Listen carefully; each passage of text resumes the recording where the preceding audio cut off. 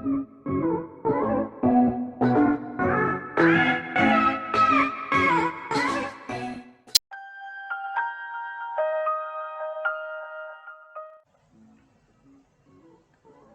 again, viewers. In the last lecture series, we have discussed the particle's position, velocity, and acceleration. If you want to view the video, just click the link above. Now, in this lecture series, we will now define the kinematic equation of particle in a continuous motion. So, let us recall these two equations. So the first equation is the equation of an instantaneous acceleration, which is defined by dv over dt. And second equation is the equation of the velocity equation, or the instantaneous velocity rather, that is ds over dt.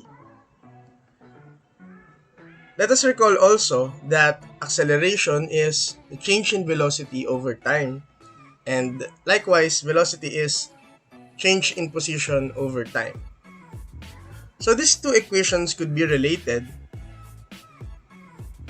such that if we rewrite the acceleration equation into dt is equals to dv over ac, and also the velocity equation, that is dt is equals to ds over v, these two equations could be merged to form dv over ac is equals to ds over v, and could be simply rewritten into ac ds is equals to v dv. Now, these three equations, that is acceleration equation, the velocity equation, and this relationship of acceleration and the velocity, is very important for us to analyze a particle in continuous motion. So let us observe that, again, the velocity is ds over dt, and that is the instantaneous velocity. And we have ac is equals to dv over dt. Now, injecting the value of velocity in this acceleration equation gives us that the acceleration is the second derivative of position with respect to time. So, the first time derivative of your position equation is your velocity, and the first time derivative of your velocity is your acceleration. Now we can have this graph. So your position equation, if you get the derivative of your position equation with respect to time, you get the velocity equation with respect to time. And then performing another differentiation, you get the acceleration equation with respect to time. Now, if you have the acceleration equation, you can determine the position equation in reverse, wherein you perform integration. So if you have the acceleration equation, if you integrate that, you will have the velocity equation, and then integrating it once more, you get the position equation. Now that is the relationship of position, velocity, and equation. Let's try that to our sample problem. So here, if we have the velocity equation equals to 4t plus 5 meters per second, where t is in seconds, we are asked to determine the acceleration of the object after 2 seconds, or when t is equals to 2 seconds. So, if we recall the formula that acceleration is dv over dt, so I hope you have written,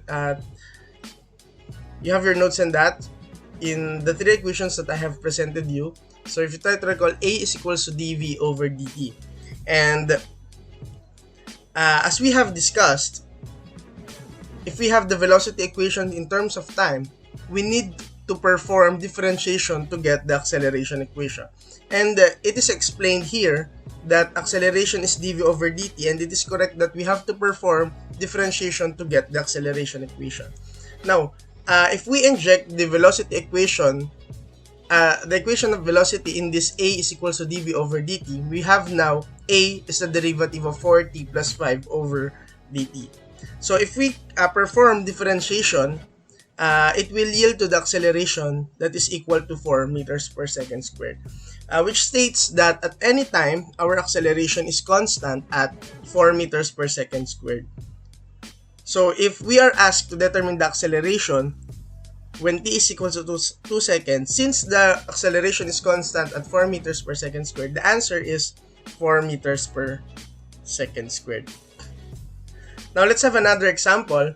If our acceleration is equals to 2 meters per second squared, we are asked to determine the velocity when t is equals to 2 seconds, and we have a parameter here that the initial when the velocity is 0, time is 0, so the initial velocity is 0. If we try to recall again the same formula, that is acceleration is dv over dt, and rewriting that equation gives us a dt is equals to dv. And based also on our discussion that if you have the acceleration equation and you are asked to get the velocity equation, you will perform integration, and that is verified by this equation that we are to perform integration. Let's see. If we integrate the above equation, we'll have integral of a dt is equals to integral of dv. And integrating the above equation and applying the limits, so for dt, your limit is 0 to t, and for dv, your limit is 0 to v. So your initial condition, when time is 0, the velocity is 0. And the above equation will give the velocity equation, since if we integrate the acceleration equation, it will give us the velocity equation. And that is true enough here, that if we perform integration, we will have the velocity equation in the right hand of your equation. So, let us substitute the value of a, then proceed to integration. So, since the value of acceleration is constant, it could be written outside the integral sign and proceed with the usual integration. So, integrating this term dt and integrating dv with their limits 0 to t and 0 to v, you will have 2t with limits from 0 to t and v limits from 0 to v. Now, we apply the limits, we will arrive with the velocity equation that is equal to 2t. So, velocity now is a function of time. And we are asked to determine the velocity we are asked to have the velocity for time that is equal to 2 seconds. So, if you have the velocity equation equals to 2t, to determine the velocity after 2 seconds, you simply substitute the value of t that is equals to 2 seconds in this equation. That will give you a value of velocity that is 4 meters per second. So again, the given is acceleration. We are asked of the velocity, so we perform integration. In the first problem, the given is velocity, and then we are asked to have the acceleration. We perform integration. Okay, now let's have another sample problem. So I hope you appreciate this kind of sample that involves realistic objects. So a car in the figure moves in a straight line such that for a short time, its velocity is defined by v is equals to 3t squared plus 2t with a unit of feet per second. Where t is in seconds, we are asked to determine the position and acceleration when time is equals to 3 seconds. And we have the parameter that when t is 0, the position is equals to 0. So again, we are given the velocity equation and we are asked to have the position and the acceleration. Let us recall first, before we proceed with the calculation, that to get the position equation, when we are given with velocity equation, it is necessary for us to perform integration to get position equation. And if we are asked to determine acceleration given the velocity equation, we will perform differentiation. Now, to prove that, we can still use the three formulas that I have given you, and we have the relationship v is equals to ds over dt, or the formula for instantaneous velocity. Now, why do I chose this formula or this equation? It's because it involves v and ds, because we are initially asked about the position of the object. So let us choose the equation that is suitable or that involves velocity and position. Why did I not use the acceleration equation? Because it will introduce another unknown if we are first asked about position. So first, let us set aside the equation for acceleration because we are only involving velocity and position. So again, v is equals to ds over dt. We know that if we are to solve for the position equation given the velocity equation, we are to integrate. but let us prove this one with this equation. So if we rewrite this one to ds is equals to v dt, we are forced to have integration, and that is correct from our assumption that we will use integration in solving for position equation given the velocity equation. Now, integrating to get the position equation, we have integral of ds is equals to integral of v dt. Now, we are to apply the limits. For ds, the limit will be 0 to s. Since the parameter, it is stated there that when t is equals to 0, your position or the position of the car is 0. And then, injecting the equation of velocity in this equation, we have 3t squared plus 2t. And then we proceed with the usual integration. We will have, for the left side of the equation, the integral of ds is s, and the integral of 3t squared plus 2t is t cubed plus t squared, and then applying the limit 0 to t.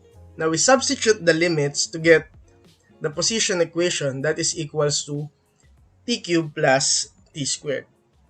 And that is the position equation.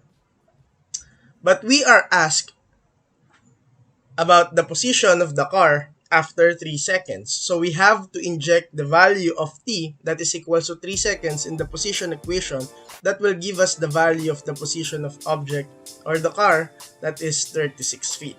That's how you get the position of the car. That's your answer. Now, when t is equals to 3 seconds, your position is 36 feet. We have already attained the first objective. Next, we are asked about the acceleration. So, for the acceleration, we use the relationship a is equals to dv over dt. And again, it is obvious that if we are given the velocity equation and we are asked for the acceleration equation, we will perform differentiation. So, let's proceed. If we rewrite this equation into this one, a dt is equals to dv. This will be a dt, and I'm sorry. If you are to solve for, we are solving here for acceleration. So if we inject the velocity equation in this relationship, you will have a is equals to derivative of 3t squared plus 2t. So again, it is correct that we are to perform differentiation because we are solving from velocity to acceleration. So, getting the derivative of 3t squared plus 2t gives us the value of our acceleration equation, that is 6t plus 2. That is our acceleration equation.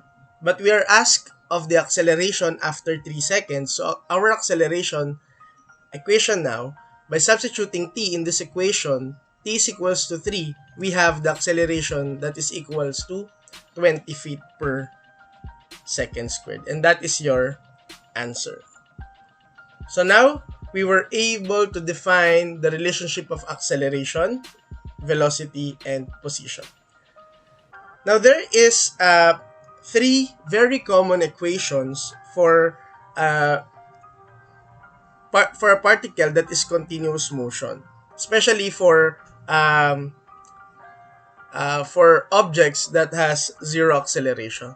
So these 3 famous equations are used also in curvilinear kinematics, in erratic motion, which will be part of our succeeding lectures. So a particle could be defined in velocity as a function of time. So we will have the equation of velocity as a function of time. So I encourage you to take down notes or to write down the 3 equations that we will derive, so as we can have an ease in analyzing which equation we will be using in solving situations or in solving problems. So this is the first equation: velocity is a function of time. So we should recall that AC is equals to dv over dt, and that's given. That is the instantaneous acceleration. And if we assume that v is equals to v sub 0 when t is equals to 0. So when v with the subscript 0, that means that is the initial velocity. So initial velocity for time is equals to 0. So if we rewrite this equation, or the equation for instantaneous acceleration, we have dv is equals to ac dt. And then if we perform integration and applying the limits, that is when t is equals to 0, we have the initial velocity. So time is 0, you have the initial velocity. So the initial velocity is represented by, again, v with the subscript 0. But it doesn't mean that your initial velocity is 0. The subscript 0 simply represents that it is the initial velocity. So in some textbooks, the subscript is not 0 but is rather I. Or sometimes it depends on the one who is solving the problem. For example, if your initial point of initial position is at point A, you may use subscript A. So it is dependent on the discretion of the user. So in here, we have derived that the initial velocity is v sub 0. Now proceed, going back to the equation. So we have now the equation integral of dv, limit from initial velocity to final velocity, equals to integral of ac dt with limit from 0 to t. And performing the usual integration, we'll have v is equals to v sub 0 plus act.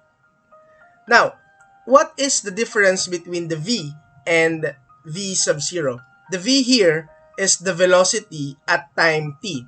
So if your time is the final time, so t sub f, your velocity will be v sub f. Now, if your t is, for example, at point B or another point in the path of motion of an object, then that corresponds to v sub b. Now, in this case, why do they not have their own subscript? It's because it is arbitrary. If we want to have a subscript, it's up to you. Oh.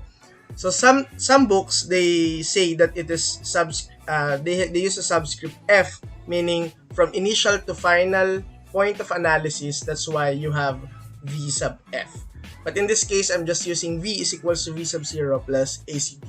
Now this is a velocity as a function of time. So as you can see, v is dependent on the value of t. So take note on this one, and this is your equation 1. Now I want you to write the 3, and this is the first one. Now we have the second equation, that is position as a function of time. So to have this equation, position as a function of time, I am using v is equals to ds over dt, and from the previous equation that we have derived, v is equals to v sub 0 plus act. And assuming that s is equals to s sub 0 at t is equals to 0, meaning at initial condition, your position is s sub 0, or your initial position. So when we say initial, the time elapsed is 0. So velocity is equal to ds over dt, and this is combining these two equations, this one and this one.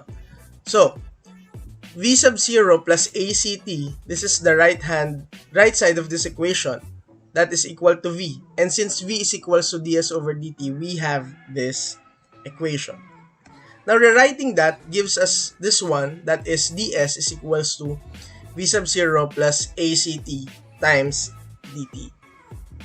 Integrating both sides of the equation and applying the limits, that is at t is equals to 0, your position is your initial position, or s sub 0. Again, s sub 0 doesn't mean that your position is equal to 0. It only means that what is your position at time that is 0. That's why it's s sub 0. And s is arbitrary and it's dependent on t. So, if we perform the usual integration, we will have this equation. S is equals to s sub 0 plus v sub 0 t plus 1/2 act squared. Now, I want you to write that in your note as the second equation, that is position as a function of time, because these equations will be useful in analyzing problems later on. So we now have two equations. So the first one is the velocity as a function of time, and the second one is position as a function of time. And the last one will be the velocity as a function of position. And let us recall VdV is equals to ACDS, which is a combination of the instantaneous acceleration equation and the instantaneous velocity equation. And when they are merged, we have VdV is equals to ACDS. And assuming that the initial position is represented as S sub 0 and the initial velocity is represented as V sub 0. Now, if we integrate both sides of the equation VdV is equals to ACDS and applying the limit, that is, the initial velocity is V sub 0 and the initial position is S sub 0. So, performing integration as usual, we will come up with V squared is equals to V sub 0 squared plus 2AC S minus S sub 0 squared. And you write it down to your notes. So now we have 3 equations for continuous motion. These are the 3 famous equations for continuous motion. Now let's have sample problem.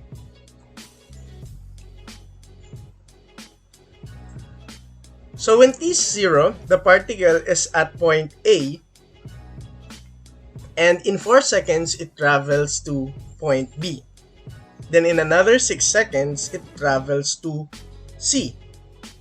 We are asked to determine the average velocity and the average speed, and the origin of the coordinate is at 0.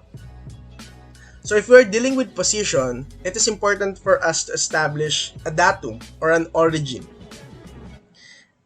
for us to smoothly determine the position of an object. So in here, it is strictly stated that the reference is at point O, meaning the position of point A is -1, the position of point B is -8, and the position of point C is, if this is 7 and this is 1, so definitely this is 8 and this will be 6. So the position of C is 6. So the first thing that we are asked is the average velocity. And recall that the average velocity is simply the change in position over the time elapsed.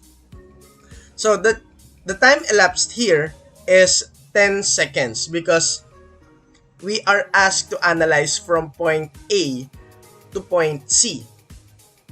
Okay, so the time elapsed for a particle to travel from point A to point C is 10 seconds because the time elapsed is time final minus time initial, so you have 10 minus 0.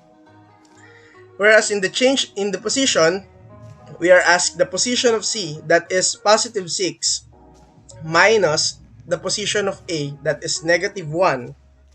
So we have the average velocity equals to 0.70 meters per second. That is the average velocity. So, positive value indicates that the velocity is to the right. Although we have seen that at some point in the object, during its motion from A to B, the velocity is to the left. But since we are asked about the average velocity, so most of the velocity of the particle throughout its travel from point A to point C is a positive velocity. So there are times that it is a negative velocity, but most of the time it is positive and a magnitude of 0.70 meters per second. And we are now asked about the average speed. And take note that average speed is not always equal to the average velocity. In this case, average speed is different from the average velocity. Since speed is measured by total distance traveled over time interval, we are to measure the total distance traveled. So the total distance traveled as shown in the figure is, please disregard this one. So you have here the path of motion or the total distance traveled shown in red dashed line. That is a total of 7 plus 14. So the total time is 10 seconds. So the average speed now is 2.1 meters per second. And that's just the concept. This is just a sample problem included for you to appreciate the difference between average velocity and instantaneous velocity. Now let's proceed with the problem that involves the three equations that I have asked you to write down. So, during a test, a rocket travels upward at 75 meters per second, and when it is 40 meters from the ground, its engine fails. We are asked to determine the maximum height, or SB, reached by the rocket and its speed just before it hits the ground. While in motion, the rocket is subjected to a constant downward acceleration of 9.81 meters per second squared due to gravity, and we will be neglecting the effect of air resistance. Now in this case, I want you to first establish the coordinate for you to clearly visualize the position in each point that is vital in analyzing the situation. So, let us recall the situation. So, initially, the rocket is launched at a velocity of 75 meters per second. So, the initial position of the particle is, if you assumed that we analyze it first at A, or you analyze it from point O. So let us establish first the datum. So our datum or origin is point O, meaning anything that is within this origin, the position is 0. So the position of point A is 40 meters from point O. So we can say that SA is 40 meters. So at point B, where the rocket will start to have a downward velocity, or that is the maximum height attained by the rocket. So the position of point B is still unknown, but we can represent that as SB. Again, it is measured from the origin, that is O. Can you have a different origin aside from this one? Yes, you can have origin somewhere here. You can have an origin somewhere lower. It's up to you, but you have to be consistent with the origin. But it is, I think, safer to assume, or it is easier for us to evaluate the situation if we set point O at the ground level. Now, after establishing the position of each object, it is advised for us to draw the situation wherein the rocket fails at somewhere 40 meters above the ground, and the velocity is at 75 meters per second. So, from my previous lecture, it is important for us to show the direction of the velocity. And the velocity at point A is a positive velocity, that is upward velocity, equal to 75 meters per second. So you draw an arrow showing that the velocity is upward. So after that, let us write all the given. So velocity at A is 75 meters per second, and it is gradually reduced to 0. It's because of the acceleration due to gravity. And in this case, the acceleration due to gravity is negative because it causes deceleration to the rocket that has initially 75 meters per second. So it reduces the velocity by 9.81 meters per second every second. That is why it is equal to 9.81 meters per second squared.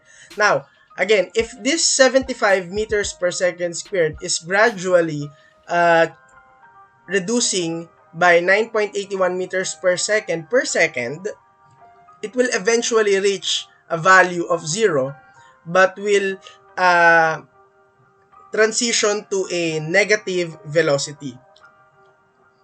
And a negative velocity, the effect of a negative acceleration to a negative velocity is that it will increase the magnitude of the velocity. So, if the object tends to go down, it will start to gain velocity and will continue gaining velocity, continue gaining higher and higher velocity at a rate of 9.81 meters per second every second. So every second, starting from point B, it gains 9.81 meters per second velocity. So that is the effect of gravity. So we treat gravity as a negative acceleration vector. So some books, they have modified the three equations that I have given you, wherein they replace the value of AC with G and then replace the sign with -1. And that is quite confusing. I am only asking you to have three equations. Other review books or other notes books maybe will show you a different equation that involves G. But here, we will only use three equations, but we will be strict that acceleration or the acceleration vector is a negative vector. So, if we have velocity at point A equals to 75 meters per second and velocity at B is equals to 0 meters per second, or that is a zero velocity at maximum height, we are to choose one of the three equations for us to solve for SB. Now, what is asked here is the maximum height SB, or the position of the rocket at point B when the velocity at point B is 0. Now, we have VA and VB. Now, what I want you to analyze here is to select which of the three equations is most suitable to solve for SB. And as far as I can see, it is this equation is the most convenient. Velocity as a function of position. So, why? Because the velocity at point B is given, the velocity at point A is given, the acceleration, that is the acceleration due to gravity, the position of point A is established at 40 meter, and we are left to solve for SB. So which means we will only have one unknown if we use this equation, and we can directly solve for the value of SB. And I think this is ideal, and this is a very convenient way of solving the value of SB. So again, in this equation, or in the equation that I have given you, we only have a subscript of V sub 0 and S sub 0. But in this case, the zeros are A. It's because our initial position is at point A, and our final position, we have a subscript B. In this case, VB, and SB, we have a subscript SB. It's because initial and final. But it doesn't mean that the initial is really the initial case in the situation. Take note that the initial case here is the rocket is launched from the ground. Okay? But if we analyze a certain segment along the path of motion, for example, we analyze segment A to B, our initial position is at point A and our final position is at point B for that particular segment. Now, substituting the correct subscript will help us easily solve, or will not bring confusion, or will not bring a tedious solution in solving this problem. So it is important for you to properly establish the subscript of each term. So the VB, again, is the final velocity because we're analyzing A to B. So the final is point B. And VA is velocity at A. AC, SB minus SA. Now let's substitute all the given So VB is said to be 0 because it is the maximum height attained by the rocket, or this is the point of inflection where the rocket starts to gain negative velocity. So VB is 0, and the initial velocity of the rocket, or velocity at point A, is 75, and we have 2 here. And your AC, take note that acceleration due to gravity is always negative 9.81 meters per second squared. So you have negative 9.81 SB minus 40. So solving for SB with this equation is easy. Now we have the value of SB equals to 327 meters. Next, we are to analyze the velocity of the rocket at point C.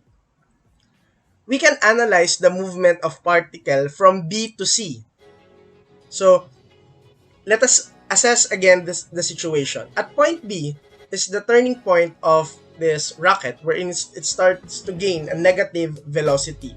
So you have here a small magnitude of velocity of your rocket, small magnitude of negative velocity, and it continuously increases until it reaches point C. So at point C, it has a greater amount of magnitude in terms of velocity, but the direction is downward.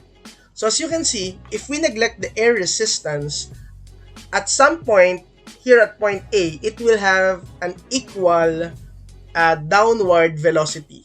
So same level, they have the same magnitude but opposite direction. So at point C, it is obvious that it has greater magnitude in terms of velocity than A. So we can analyze B to C, and we can also analyze from A to C. So it's up to you if which segment will you choose. Is it from B to C, A to C? So if A to C doesn't work, maybe you should switch from B to C. So again, it's up to you. But in this case, it is also applicable from B to C and A to C. So let's try both. So if we use segment A to C and B to C, which of the three equations shall be used? So you have to choose from those three equations. Now, how to choose from those three equations? You have to check, is this given? If it's not given, then encircle this one. If it is given, then do not encircle. So if it is unknown, encircle this one. Then you will see how many unknowns would it require, or would it be ideal to be used in this situation. But if you have found that using this equation will only lead to one unknown, then use that equation. Okay? So as I eliminate the three equations, so if I'm analyzing from B to C, which equation should I use? And then as I analyze those one, it is still ideal to use this velocity as a function of position. And from A to C, from analyzing again the three equations, it is ideal to use this one. Okay. Now, substituting the value, so your VC is the one unknown, velocity at point C.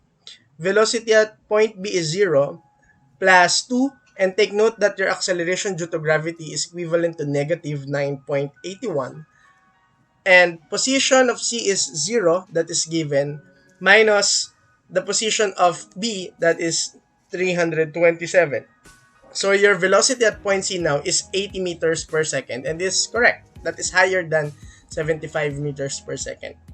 Now, if we use the segment from A to C, that would be VC squared plus VA squared plus 2AC, SC minus SA. And then substituting the value, VC is the one that is unknown, and VA is 75.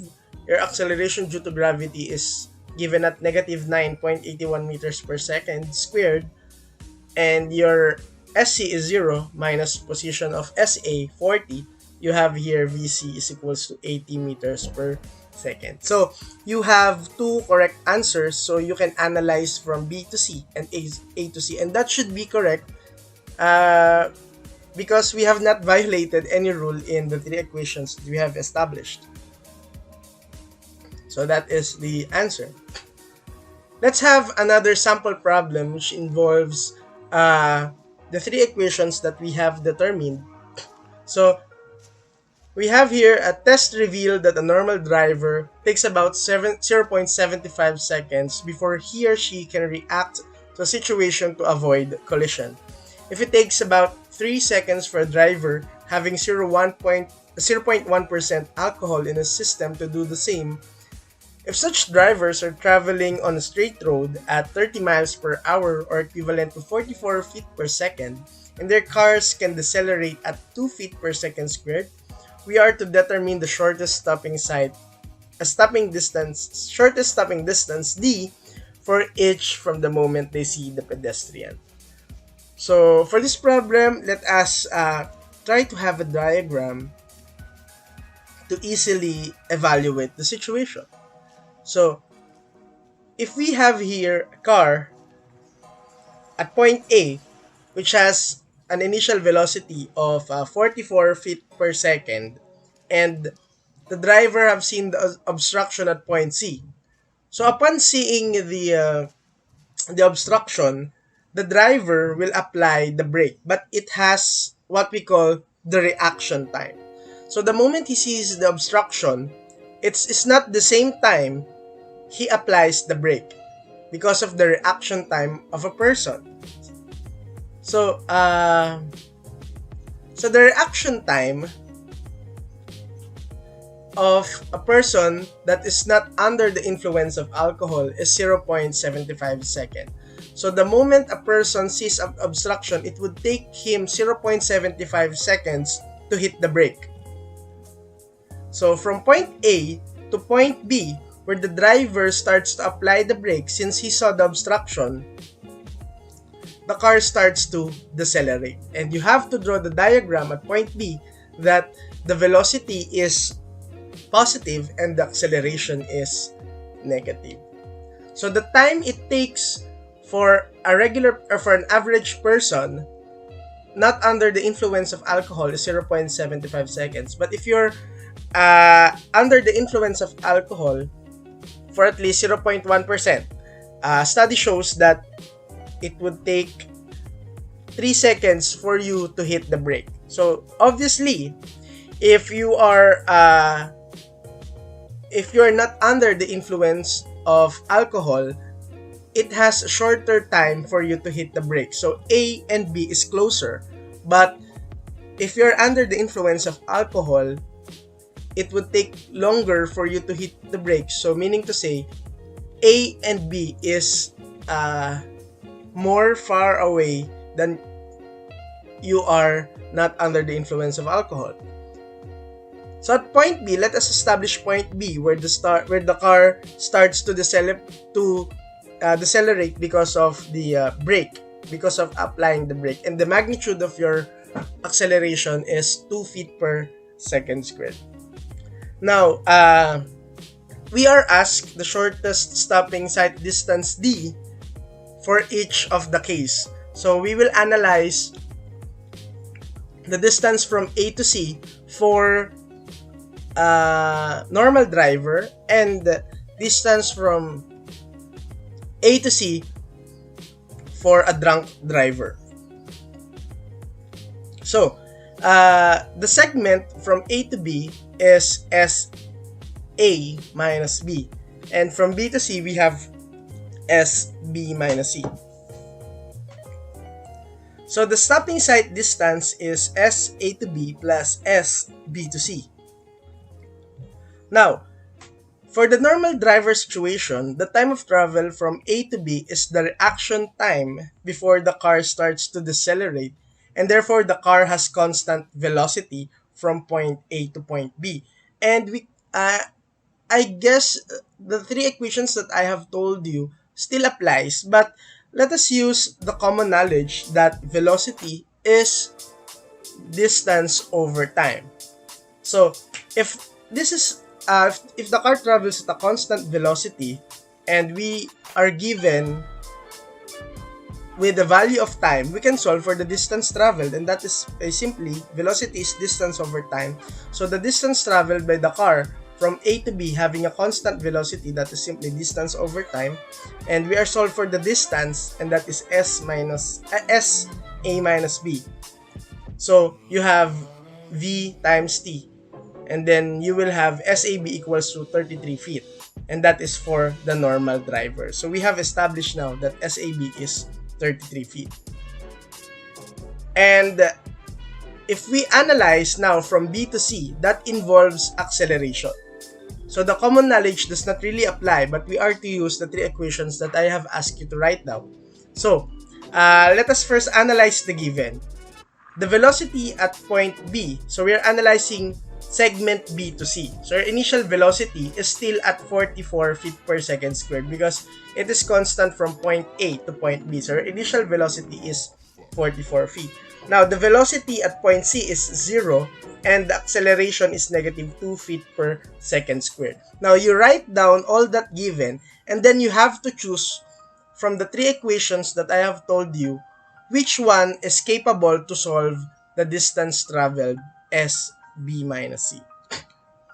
So, with that, I will be using this equation. VC is equals to VB plus AT. Since the velocity at point C is 0 and the velocity at point B is 44, I can solve for the time it takes to travel from point B to point C when velocity at point C is 0. So, upon solving for the value of T, I can now use T in using this equation that is position as a function of time. So, this equation will enable me to solve for the position of C. Take note, position of C, position of B, velocity of B, acceleration. So, you have to check. Why have we not used this formula before this one? So, the equation that we will be using to solve for the position of C is this position as a function of time. But the problem is, we do not know time, so we have to use this velocity as a function of time equation. That's why I chose this equation first. So, velocity T is equal to 22 seconds, and that's the only time we can use this equation. Okay? So, let's try to check if everything else is given. SB is given at 33 feet. If we establish that the origin is at point A, so SB is 33. Velocity at point B is given at 44 feet per second. That is your initial condition. So anything with the subscript of B is in the initial position. Initial in terms of segment BC. And anything that has subscript of C is acceleration at constant acceleration. I'm sorry, subscript capital C is the final. Okay, so you have here SC is the one that is being solved. We have SB, we have VB, we have the T that is previously determined. We have the deceleration equals to negative 2 feet per second squared, and we have the time again. So solving now for the position of SC, that is 517 feet. Now, if you are to solve for SBC, you simply subtract SC minus SB, and then you will have SB. Because what we have determined here is not, again, what we have determined here is not SB minus C, but the position of C dependent on or relative to the origin. So take note that your SB here is relative to the origin at point A. So you have SC as 517 feet. So 517 minus 33 gives you the value of SBC. So that is 484 feet. And the stopping sight distance now is actually the position of C. That is also equal to 517 feet. I want you to take note on this one, 517 feet. How important is the policy that we don't have to drink and drive, because we have 517 feet stopping sight distance for a normal driver, and we will compare that to the stopping sight distance of a drunk driver. Now, for a drunk driver, the length from B to C is the same because they have initial velocity, they have the same deceleration. The only difference is that the time for the driver to hit the brake. So the time at the difference is this SA minus B. And SB minus C is still the same at 484 feet. So using the common knowledge for velocity, we have velocity is distance over time. And if we are asked to solve for distance, that is SA minus B, we multiply velocity by time. So 44 times 3, you have SAB is equals to 132 feet. Now, the stopping sight distance for a drunk driver is 616 feet compared with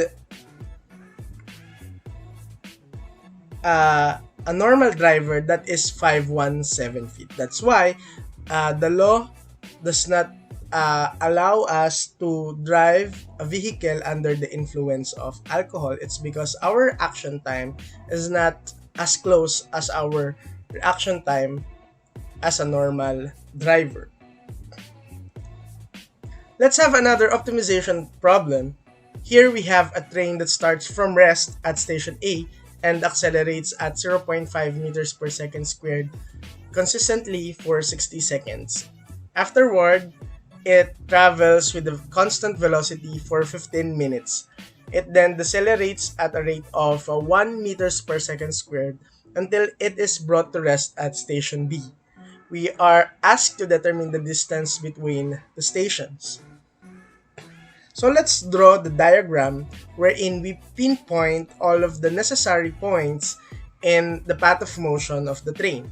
So we start with point A, and it is said that the train starts from rest at station A. So we have the velocity at point A equals to 0.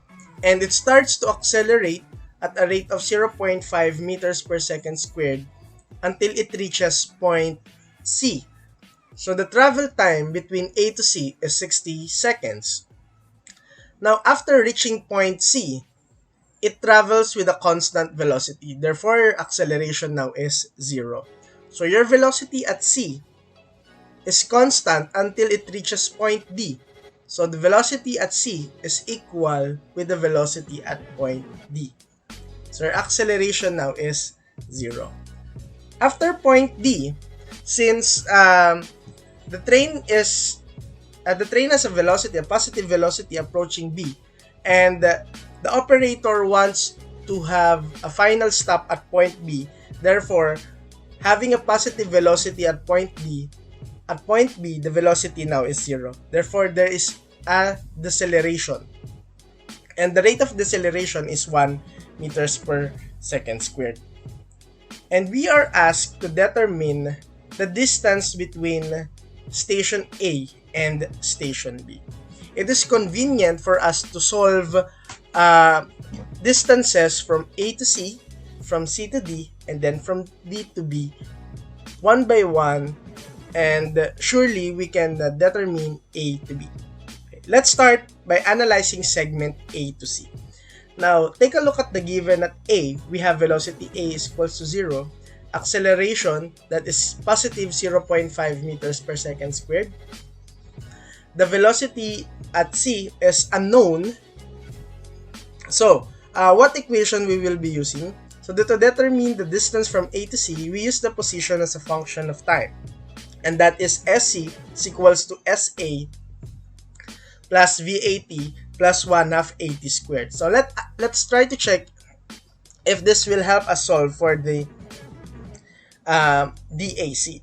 Now, SA, if we established the origin at point A, so meaning to say the position at SA is 0, so we can say that this is 0.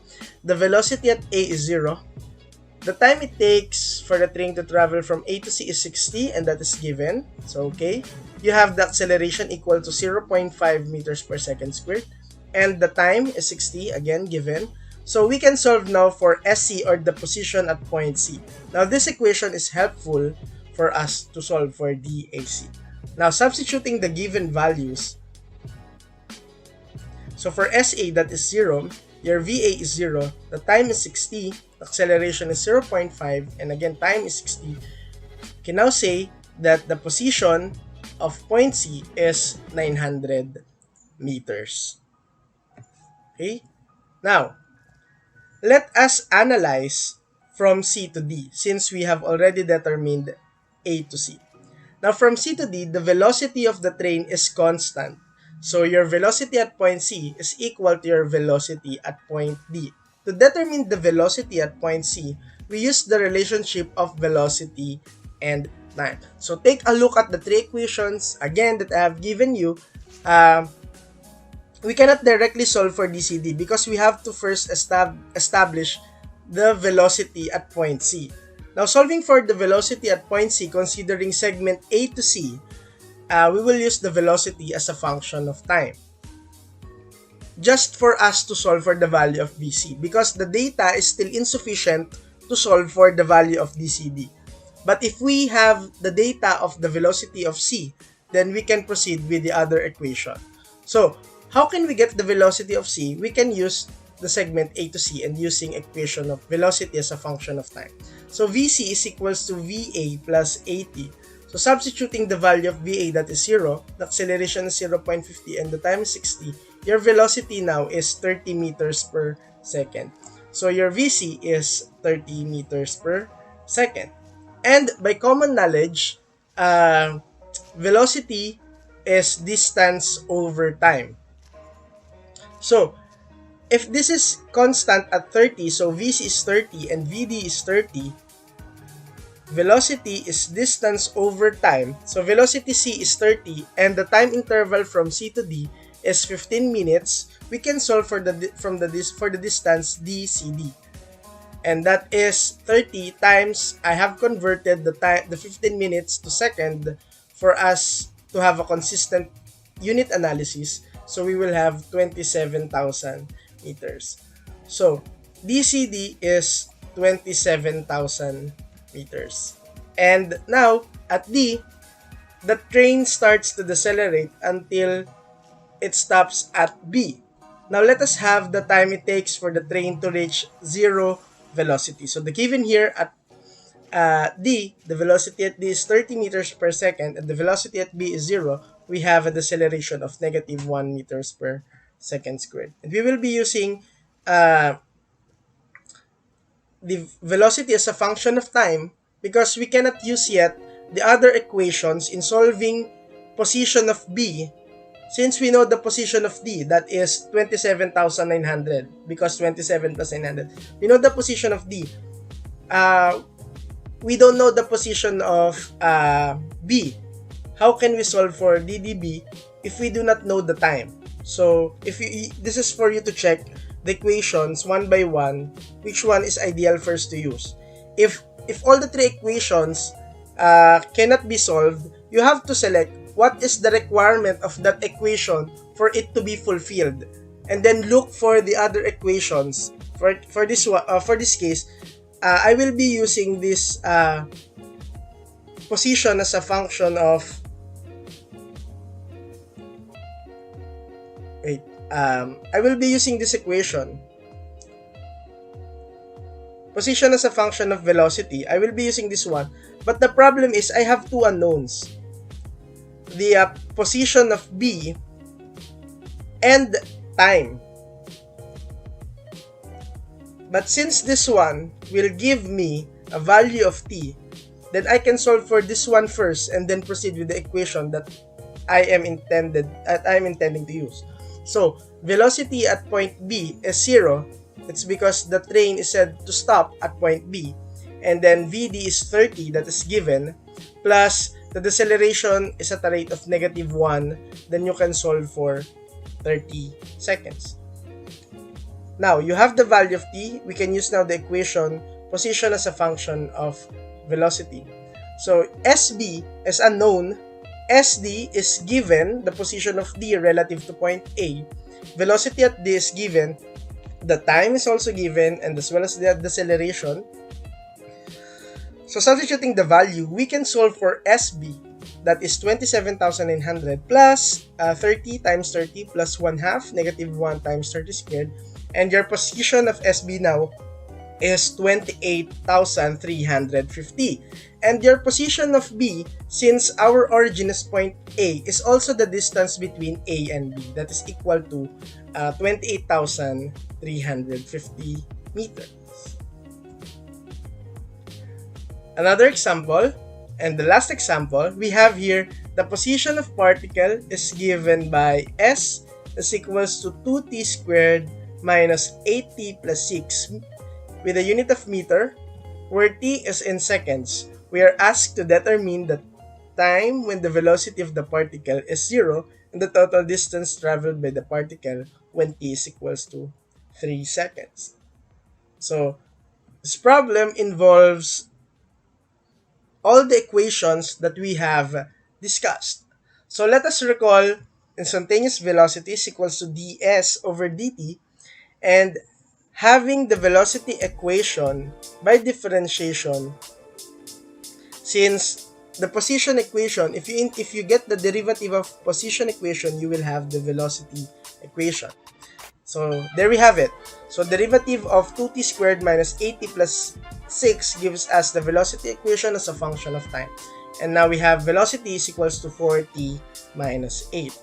That is the velocity equation. Now, finding the time when the velocity is 0, that is simply by equating v to 0. So we have the equation 0 is equals to 4t minus 8. And solving for t is equals to 2. Which means that when t is equals to 2, the velocity of the object is 0. Now, let us locate first the initial position of the particle because we are asked for the total distance. If we solve for the displacement, we are solved for the position, what we will have is the displacement. But we are asked of the distance. Take note that distance is not always the same with the displacement. So, let's start by locating the particle's initial position when t is equals to 0. So, when t is equals to 0, we are to locate the object. So, we use the position equation. So, s is equals to 2t squared minus 8t plus 6, and substituting 0 to t, we have s is equals to 6 meter. So, at t is equals to 0, the position is at 6, so positive above this origin. Review that from the velocity equation, when t is equals to 0, the velocity has a negative magnitude. If your velocity equation is like that, 4t minus 8, and your t is equals to 0, your velocity is negative. So, meaning to say, this object tends to go downward. Or if you're analyzing a horizontal motion, this is to the left. So, since we are analyzing it vertically, so the velocity now for t is equals to 0 is downward. So, this object will displace downward. And then, as you can see, when t is equals to 2, the velocity is 0. So, initially, from a negative velocity, it reaches 0 velocity, and it will start to gain positive velocity after t is greater than 2. So, observe the location of particle after 2 seconds where velocity is 0. So, using the position equation, s is equals to 2t squared minus 8t plus 6, and having t is equals to 2, you have position of negative 2 meters. So, after 2 seconds, your position now of the object is negative 2, which is true from the analysis that our object or that the particle is moving downward because of the negative velocity until it reaches point s is equals to negative 2 where it has 0 velocity. And then, after 2 seconds, the particle starts to gain a positive velocity. Take a look at the equation of velocity, that is v is equals to 4t minus 8. If you have t more than 2 seconds, your velocity will now be positive. That's why I have this conclusion that after 2 seconds, the particle starts to gain a positive velocity. Therefore, the particle will now move upward, and then locating the position after 3 seconds, using the position equation, we have s is equals to 2t squared minus 8t plus 6, we have 0. So if we analyze directly from, if we analyze the time directly from 0 to 3, we will have a different analysis. We will determine the displacement, not the total distance. And we are asked of the total distance traveled. Again, if you analyze directly from s is equals to 6, s is equals to 0, your distance and your displacement is the same. But it is not true because the total distance traveled is this ball here will take a U-turn here, or there's a point of inflection and it will gain a positive velocity.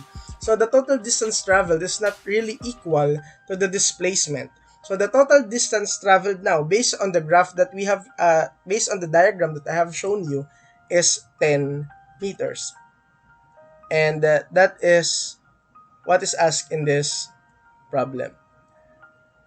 Now here is a set of problem that is intended for you to enhance the knowledge in this topic. We have the essays and theories. I also have here the practice problems involving calculations. And there you have it. Thank you very much for watching my problem. And what if the object moves in a different equation for velocity, different equations for position, different equations of acceleration? That will be the erratic motion. So if you want to learn more about the erratic motion, which is the continuation of this topic, please see the next video. Thank you very much for watching. Have a nice day.